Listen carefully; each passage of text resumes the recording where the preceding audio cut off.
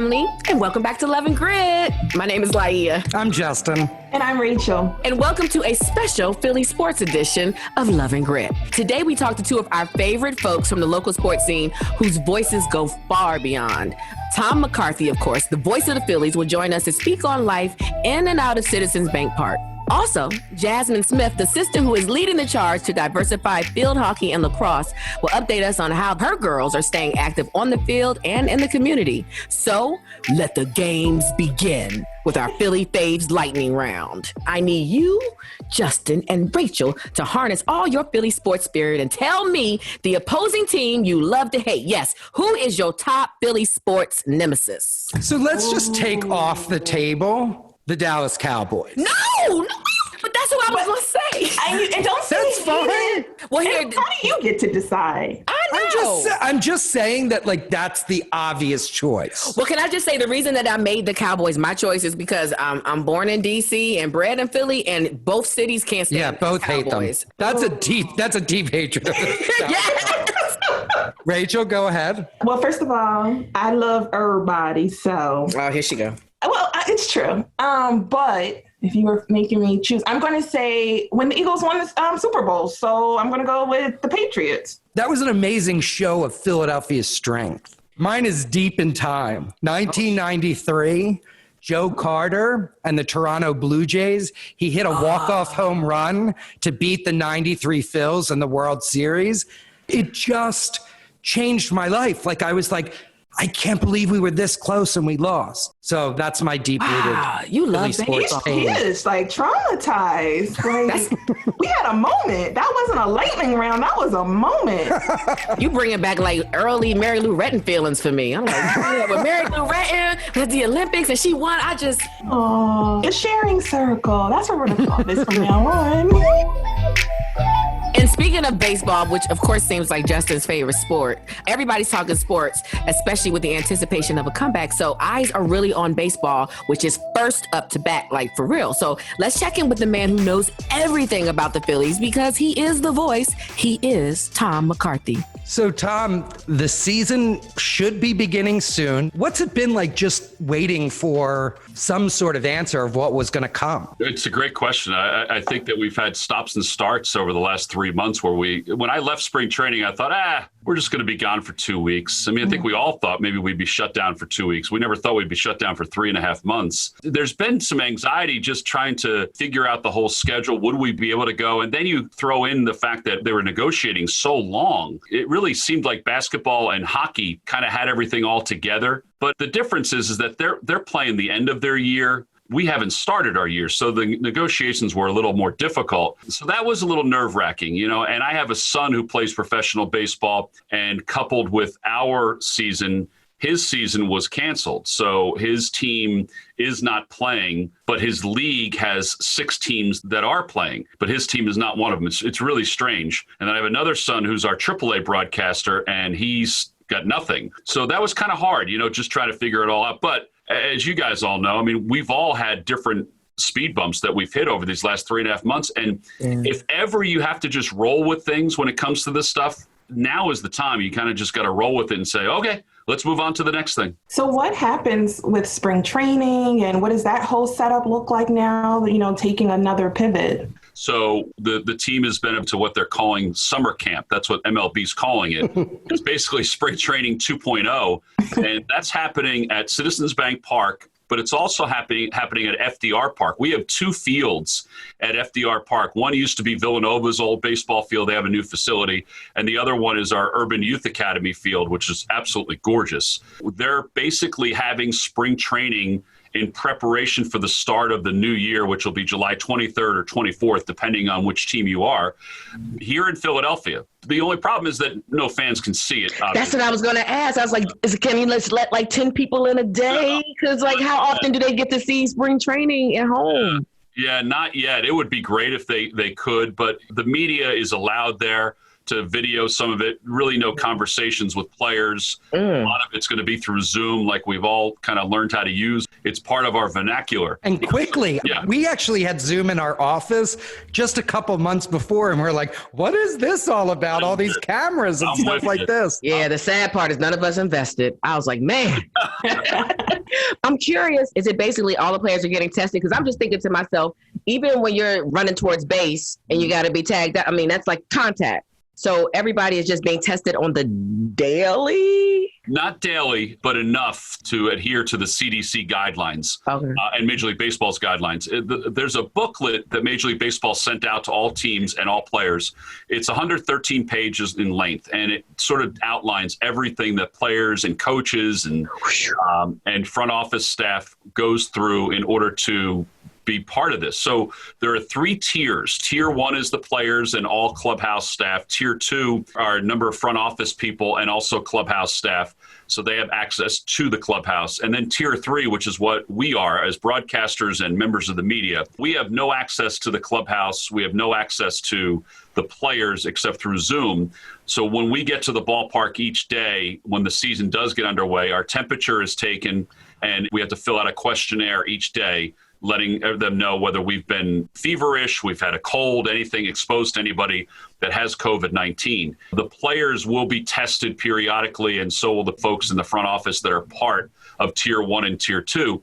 Before spring training or summer camp began, everybody was tested that was going to be within reach of the players, including the players. But masks have to be worn at the ballpark, not necessarily when we broadcast games, but when we enter the stadium and when we're sitting in the booth getting ready for the games themselves. That's got to change the way you do the job to tell the story of the team. Yeah, no doubt. It's sort of the unknown. We just have to get used to it. And communication will be done through Zoom. You know, fortunately, we have a really good group of guys. So I've been able to keep in contact with a lot of them during the quarantine, just exchanging text messages and things like that. And I'm sure I'll be able to do that from time to time. I mean, I won't abuse it because they obviously have a job to do too. But we'll have an ability to Zoom with guys from time to time, including our manager, which is really one of the most important features, is getting a chance to talk to him on a daily basis. So you have a great rapport, I would assume, with so many of the players. Who do you think is the funniest on the team, or who do you think are the most vocal leaders for the team? Boy, that's a good question. I was on a Zoom with Jimmy Rollins the other day, and that was the same question that he was asked: who was the funniest guy in the 2008 team? And for years, they said it was Carlos Ruiz, which is weird because he speaks such broken English that sometimes you wonder if it would be lost in translation. But they said that he was one of the funnier guys on the team here. That was a team of personalities. That was such a special time in my life, and for so many of us, because the city was so starved for a championship, and that group was so special. They were, and that group I was really close with. This group, it's a really good question. Leadership-wise, it's more an individual. There's not one guy that stands out that is the ultimate leader of this team. I would think that Andrew McCutchen is not only one of the more entertaining people. If you follow him on Instagram, it's really funny, some of the stuff he does. The other one is Hector Neris. He's the sweetest guy in the world, but he is funny to talk to. He just busts your chops all the time in a really good way.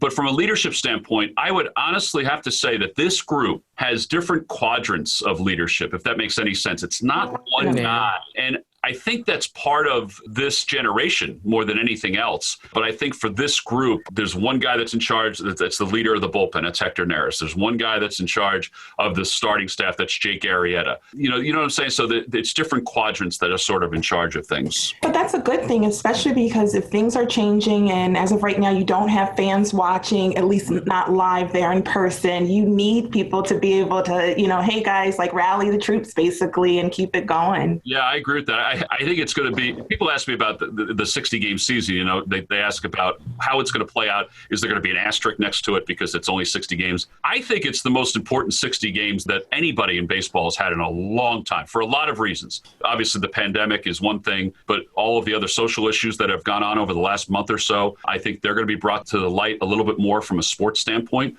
And I think that's important. And I think just to kind of get everybody to have something to watch, listen to, and just be attached to, because all we've done is I know this is my house. We've watched the news. We've talked about the pandemic.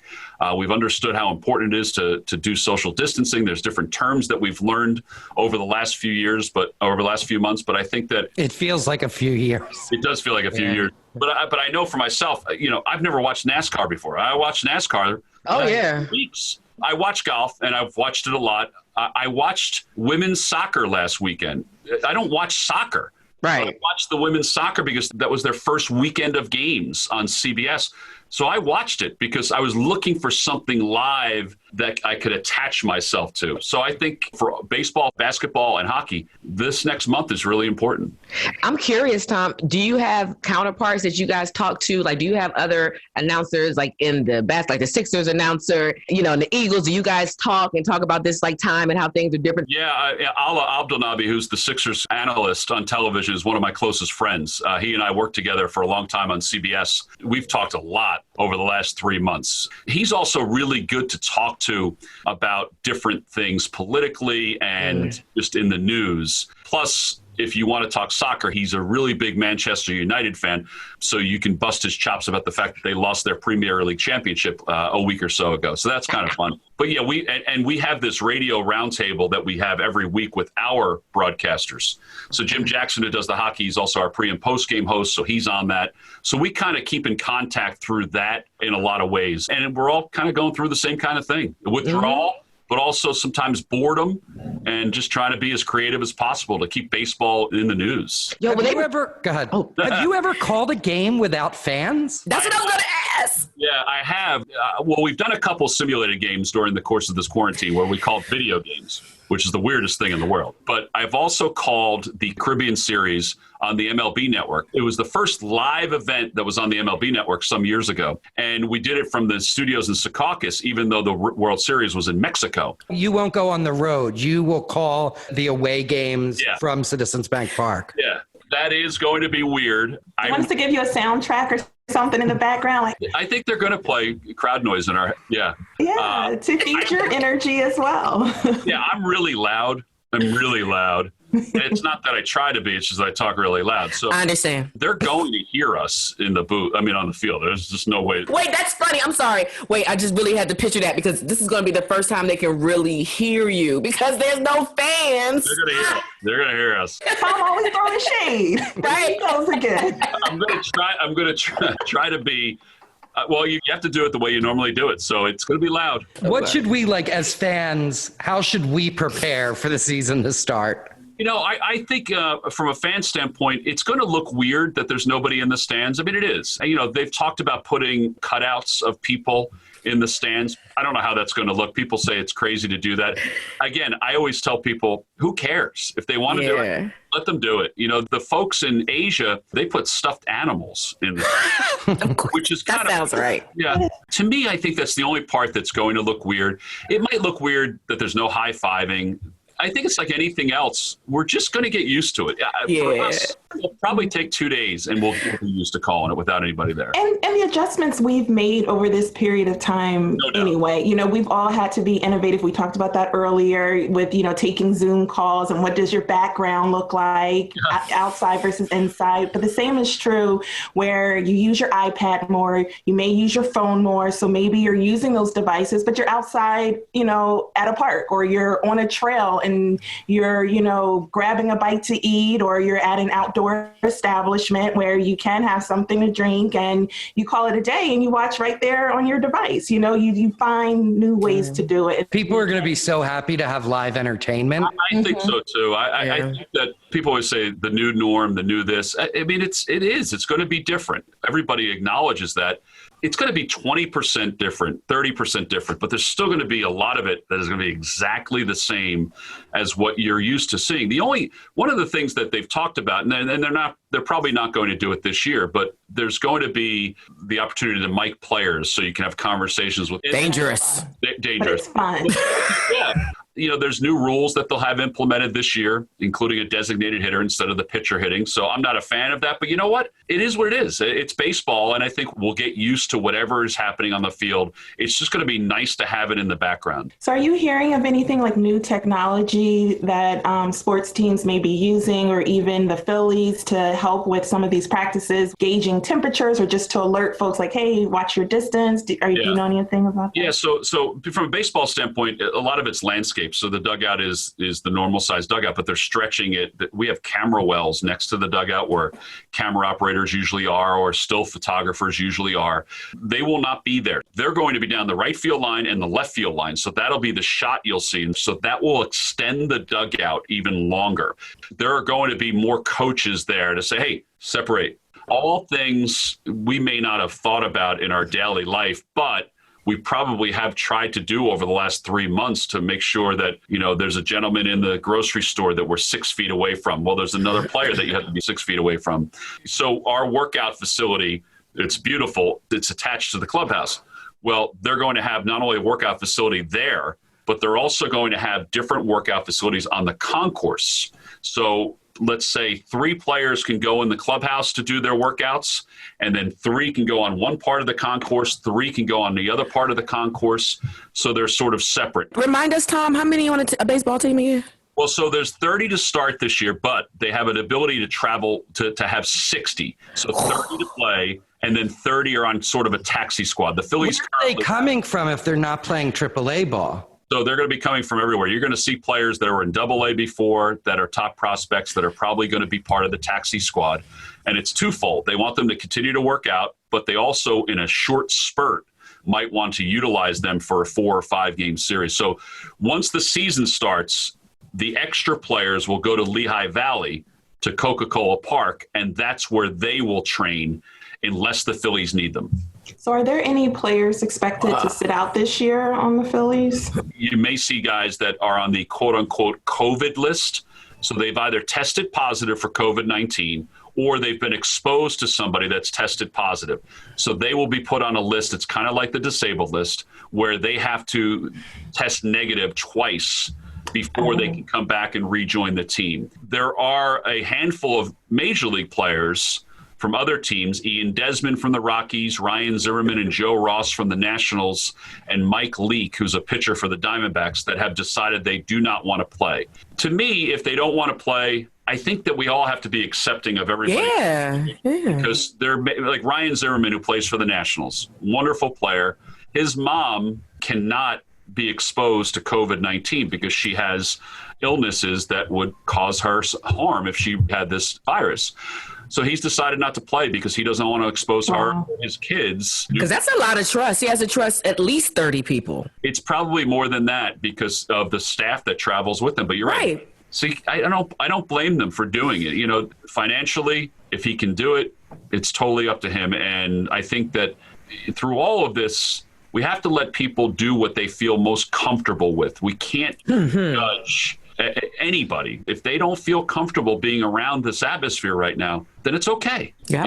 We move on. How do you think this team's going to do? Yeah, it's great. That's the other question is, are they going to be competitive? I think they will be. I think offensively they're fine. I think that their pitching needs to be able to match the pitching of the Braves, which I think is probably the toughest team in the division, the Nationals, who are the defending world champions, and the Mets are going to be good too. So I think it all depends on their pitching. I like this group, and I'm excited for it because I do think that they have a chance to make the postseason, which it's been a long drought. So it'll be nice to get into the postseason. And maybe at that point, we keep our fingers crossed, maybe some fans can get into the stadium to watch the postseason games.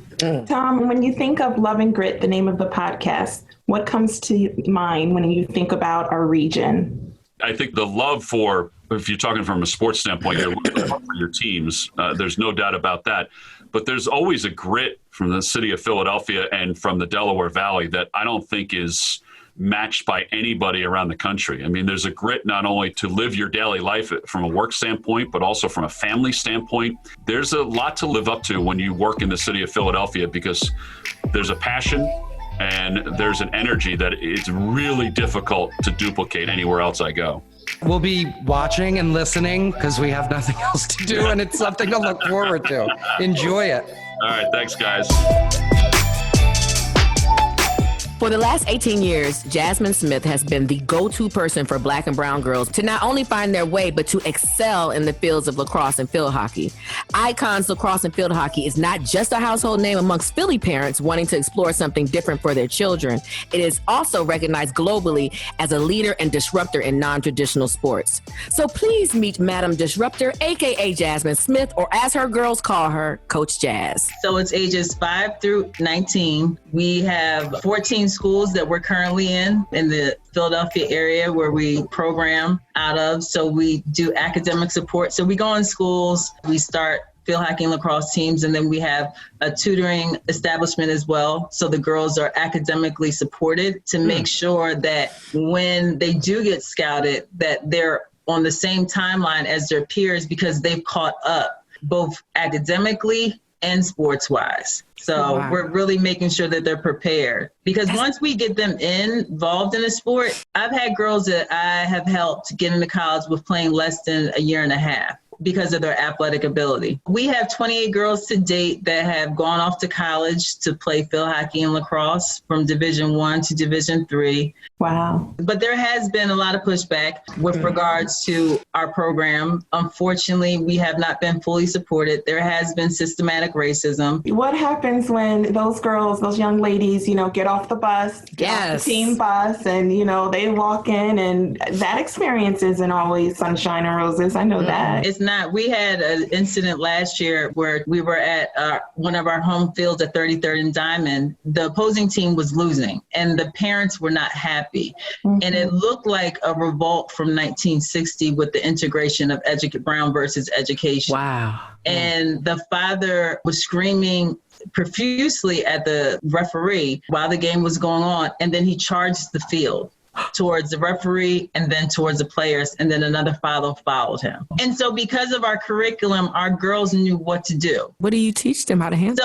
So Eyekonz is based on how I was raised. That's how I formed the whole curriculum. We teach our girls African Comedic history, Hispanic history. We teach them I am affirmations. So before they even get onto the field, there's a long mirror that you have in your bedroom, and they all have to be single file, and they have to walk up to the mirror, and they have to state their full name and do I am affirmations before they can get on our field. You're going to make me cry. I love you so much, Jazz. I appreciate it. And we do that because it gives us a sense of how much work we have to do before they get onto the field to actually compete. Parents are always confused. They're like, well, what is the mirror doing out here? And I'm like, we have to be mindful about who they are. But they also have to know who they are, because in the event someone calls them out their name, Yes. that mirror has never lied to you. So you got to know who you are. So that way it doesn't measure you. It doesn't bother you. You're not jilted by, anything that's happening. So we do that. And then we have a program with Whole Foods, Trader Joe's, and Aldi's where we re-educate the girls how to eat properly. So in the middle of practice, we get them in a big circle and we put the food in the middle, and the girls then start passing out the food. And this is based upon African community in terms of eating. So again, we're reestablishing how to be a community-based sisterhood. And there's a couple other initiatives that we do, but based upon what we taught them, they weren't shook. It was life-changing for them because then they got a taste of some of the things that we have talked about. But then they advocated for themselves with the league. They mandated change. That's impressive. It's unbelievable because you're touching so many lives and so many more can use this kind of inspiration to feel better about themselves and be respectful of each other. Yeah. Are there jazzes all around the country with leagues? Yeah, how do we replicate you? Well, we actually are expanding. We were supposed to be expanding into Orlando and LA this spring, but due to COVID, we had to put that on pause. So prayerfully in 2021, we'll be able to recapture that. And that's our whole mission. We want to be in as many urban communities as possible to grow the sport. And then we have an international piece where we're working with the Department of State, building teams in Africa and India. So can we zoom 10,000 feet out? Can you tell us your Philly story and how this all started? Oh, of course. So I was born in North Philly in 77. I'll tell my age. I'm not afraid of it. And around 1980, my mom got diagnosed with MS. And then right after that, she lost her eyesight. Both me and my mother moved out to the suburbs, to the main line in Radnor Township with my grandparents, so they could be her caregiver and my guardian. The one thing I loved about growing up with my grandparents is that they were from the South, even though they lived up north.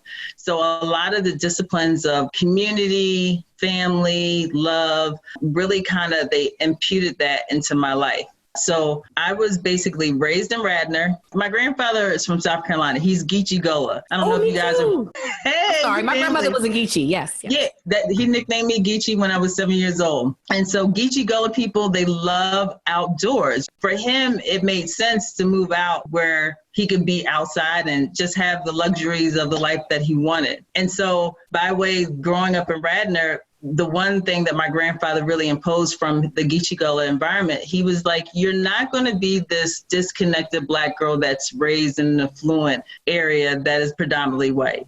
So you're going to get the best education, but you're going to be in North Philly and West Philly and Mount Airy with the rest of your family on the weekends if you don't have games or parties and whatnot. So I literally felt like I was bussed, I would be, at school with my friends, and then I would be with my family on the weekends, because he never wanted me to be, typically what happens is you think that you're better based upon your demographic. Or disconnect. He never wanted me to be disconnected. So it was church 24/7, family 24/7, all that good stuff. So around 7 years old, my grandma picked me up from elementary school. We got to another park, and I see all my friends that I played with for years. I'm like, why are we here? Because I know that they play field hockey, but why am I here? She gets out the car, she gets in the trunk, she pulls out a field hockey stick, she walks me to the field, and my friends are running up oh, Jasmine, you're here. And I'm like, I don't know what's going on. And she's like, I'll see you in about an hour. I just remember bawling, crying. I didn't want to play. One, I was the only girl of color. And two, I had never played field hockey before. I had seen the stick again, at my friends' houses. But for me, it was a culture shock. And for 2 weeks, I cried every practice. No exaggeration. Until one day, a coach came to me, her name was Sam, and she said, why don't we just try? Your athletic ability is amazing. And if you just give it an opportunity, she said, I swear you're going to love it. So I listened to her. And then from that day, you couldn't tell me that I wasn't going to play field hockey for the rest of my life. And then additionally, basketball, and then came lacrosse. So that's how I got introduced to playing field hockey and lacrosse, through my grandmother, by way, a woman who had never played field hockey a day in her life. Can you kind of explain, because I think a lot of people, and through our conversations, I've learned a lot about non-traditional sports and city living versus suburb living, and why there's such a disconnect. Most people don't even don't get why they don't see more people of color in these sports. I think because of the access. If I hadn't grown up in my community, I probably wouldn't have been exposed. I know that there are pockets of areas of Philadelphia that have exposure, but those are more the magnet schools. So when you go into the other urban areas, unfortunately, you don't find these non-traditional sports. So because of my zip code, it gave me a level of access. And those are divides that continue to exist, the digital divide, but a lot of times people don't always think about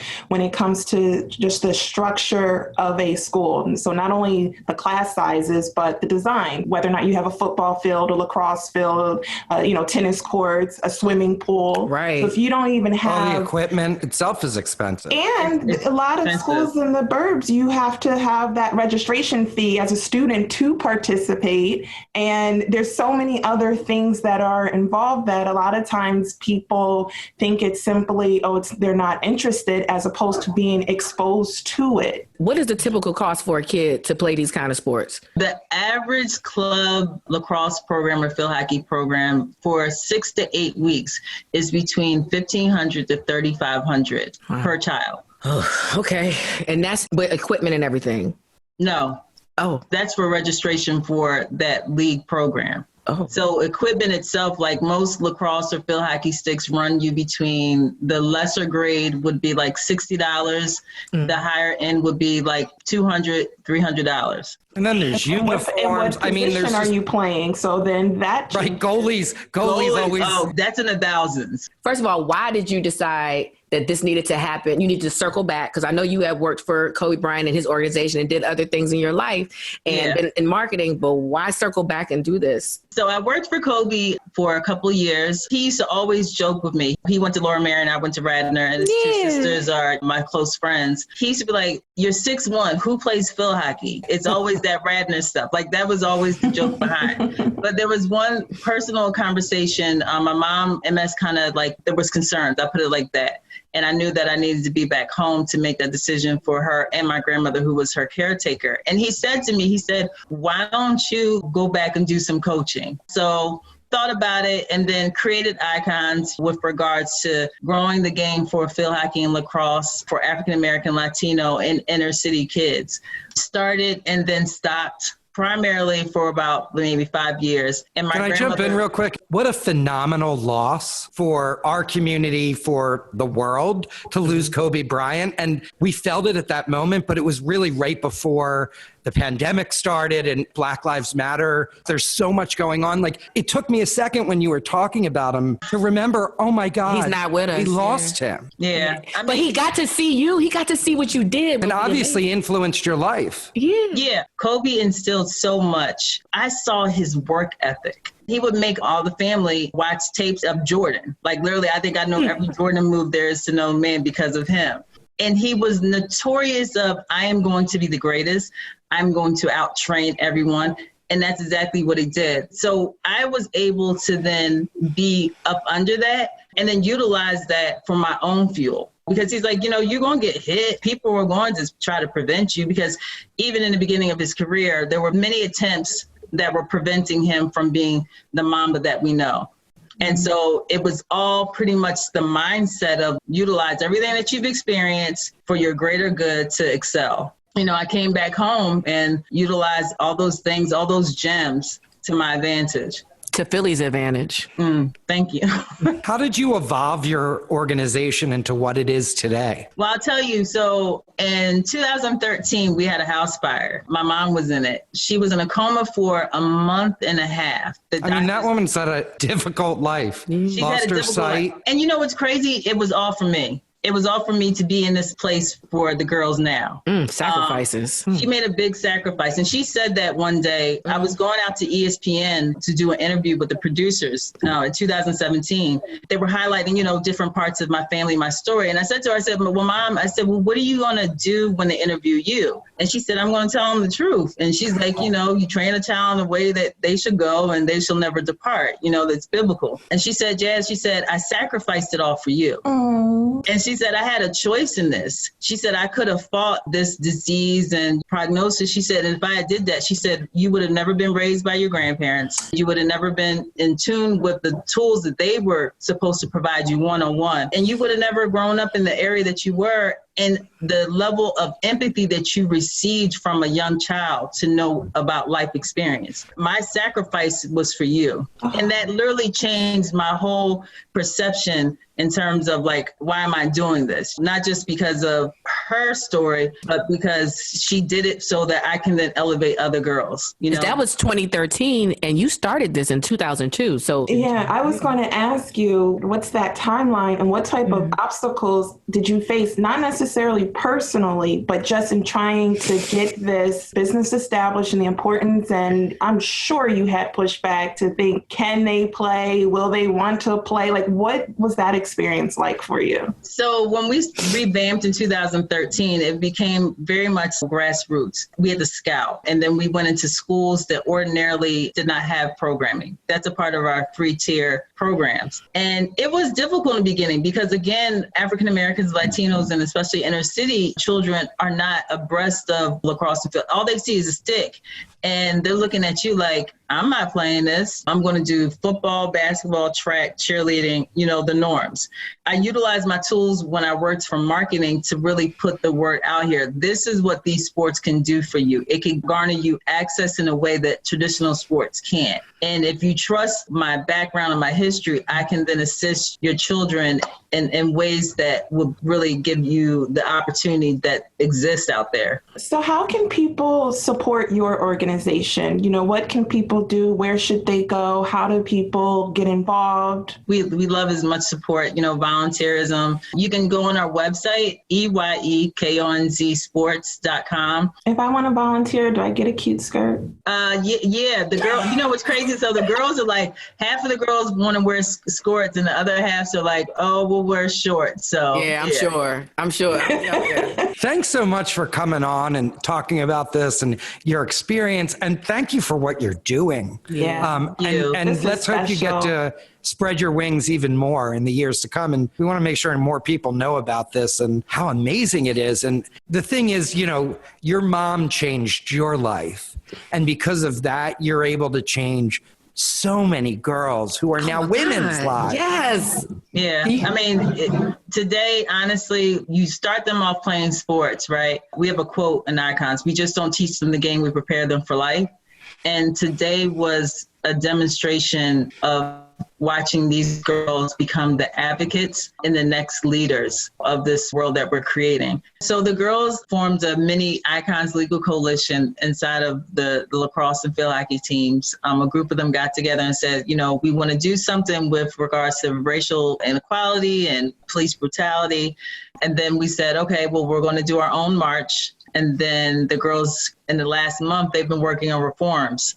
And they have 6 different reforms that attack different racial incidents, police brutality. We were on the phone with Governor Rendell for 2 hours today because every day at 6 p.m. they get on a Zoom call and our coaches work with them. They've had policy workshops with other legislators to how to create reform and bills and amendments. And these girls, it's about 10 of them, they put it together and then they present it in front of Governor Rendell and he endorsed them today. That is exciting. It makes me think of the photos where we see sometimes like the little girls and they're participating in the protesting and they're like with their families and just from an early age, learning how to like make your voice your own, raise awareness. But it's amazing how sports really does that though. Like it gets people to rise up. Yeah, it does. I mean, when they first brought it to my attention, I was just like, okay, let's figure it out. And then they were proactive to the point where they were like,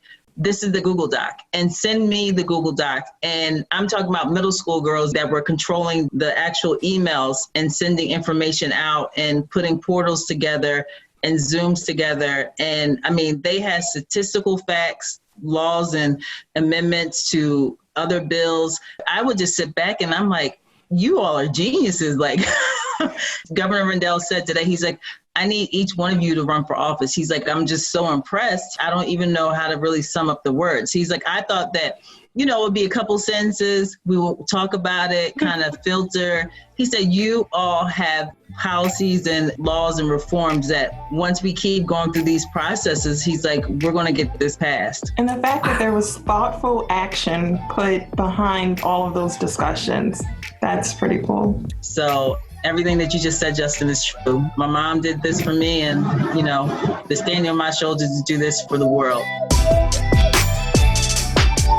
I'm excited for sports to come back. I can't wait to talk to Tom again. Like, he was so cool and fun. And Coach Jazz, like, I can't wait for us to volunteer and watch a game. Yeah, I want to go to those games. That's what I was going to say. I can't wait to play sports. Like, I want to play with all meet these her people. Athletes. Yes. And I want to learn lacrosse and field hockey. I don't know nothing about it. And I want a skirt. It's a skirt, though. Did you hear that? It is. It's a skirt. Yeah, those are shorts underneath that skirt. No, I remember I used to like tell my dad, what are you talking about? It's a squirt. It's not too short. It's a squirt. This is Rachel and Laia and Justin. Nice to meet you. You said what? I was just letting people know this is us. Get to know us. It's Love and Grit. This is how. Yeah, no. That's a good way to end it and tell people that we'd love for them to rate our podcast or review it and tell their friends. And subscribe. I'm going to say something nice. Rachel's like, you can only say something nice if you're going to review it. Listen, if you made it to the end of the show, you probably like us. Yeah, at least you learned something new. Act like you ain't learned something new. Act like I always learn something thanks to you guys. You're the best. Yeah, me too. Say it again. Oh, You're the best. thank you. Oh, he did. We'll see you guys soon. Yeah, y'all the best. Bye, guys. Bye.